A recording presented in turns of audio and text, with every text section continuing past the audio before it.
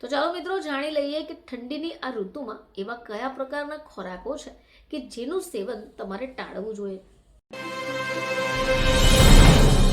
નમસ્કાર દર્શક મિત્રો, ખબર છે .com પરથી હું દ્રષ્ટિ આપ સૌનું સ્વાગત કરું છું. દર્શક મિત્રો, જે કંઈ પણ ખોરાકનું સેવન કરીશું એની સીધી અસર શરીરના સ્વાસ્થ્ય પર પડે છે. હવે આને માટે તમારે જાણવું પડશે કે તમે જે ખાઈ રહ્યા છો તેની અસર તમારા શરીર પર કઈ રીતે પડી રહી છે. તમે જે કંઈ પણ ખાઓ છો એની સારી અસર પડી રહી છે કે ખરાબ. હવે આના માટે તમારે જેમ ઋતુ બદલાય, સિઝન બદલાય તે રીતે તમારી આદતોને પણ બદલવી પડે છે. હવે ઘણીવાર અમુક ઋતુમાં જો તમે કંઈ પણ ખોરાક ખાઈ લો છો તો બની શકે એમ તમને નુકસાન પહોંચી શકે. ખાસ કરીને શિયાળાની આ ઠંડીની ઋતુમાં. શિયાળાની ઋતુ દરમિયાન તમારે ઘણી બધી વસ્તુઓનું ધ્યાન રાખવું પડતું હોય છે.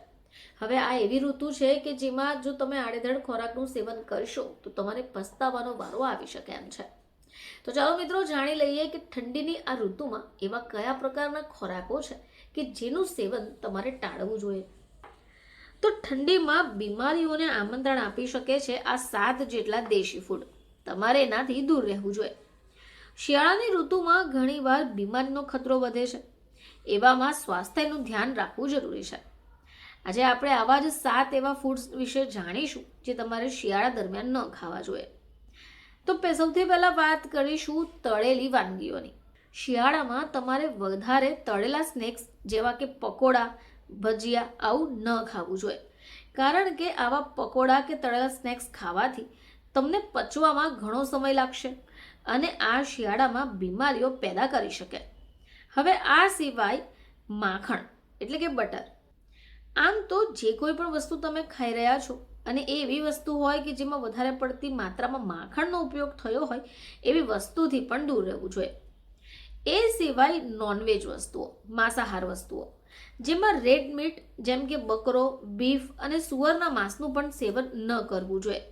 જો શિયાળામાં તમે આવા માંસનો ઉપયોગ કરો છો તો આનાથી તમારું વજન વધી શકે છે. હવે આ સિવાય સ્ટ્રીટ ફૂડ. તો ઘણા બધા લોકોને સ્ટ્રીટ ફૂડ ખાવાનો ખૂબ ચસ્કો હોય છે. શિયાળામાં સ્ટ્રીટ ફૂડને પણ અવોઇડ કરવું જોઈએ. આ તમારા સ્વાસ્થ્ય માટે યોગ્ય નથી. હવે વાત કરીએ ઠંડી વસ્તુઓની. તો ઘણા બધા લોકો આઈસ્ક્રીમ અને ઠંડા પીણાના શોખીન હોય છે. ઠંડી વસ્તુ જેમ કે આઈસ્ક્રીમ અને ઠંડા કોલ્ડ ડ્રિંક્સનું સેવન પણ ન કરવું જોઈએ. તમને બીમાર કરી શકે. શિયાળાની ઋતુમાં ઇન્ફેક્શન, તાવ, શરદી, વાયરલ બીમારીઓનો ખતરો વધે છે. હવે આને માટે તમે નારંગી અને લીંબુનું સેવન પણ ટાળવું જોઈએ. એ સિવાય અથાણું. તો અથાણાનું સેવન પણ ન કરવું જોઈએ, ખાસ કરીને કેરીનું. ડોક્ટરો ઠંડીમાં અથાણું, ખાસ કરી કેરીના અથાણાના સેવનની મનાઈ ફરમાવે છે. તો દર્શક મિત્રો, આ એવા 7 ફૂડ્સ છે જે આપણે રોજબરોજના જીવનમાં લગભગ ઉપયોગમાં લઈએ છીએ. તો શિયાળાની આ ઋતુમાં આ 7 દેશી ફૂડ પણ જો તમે ખોરાક તરીકે ઉપયોગમાં લેતા હો તો આ બાબતને તમારે ટાળવી જોઈએ. ફરીથી તમારી સમક્ષ હાજર થઈશું. ત્યાં સુધી જોતા રહેજો ખબર છે .com.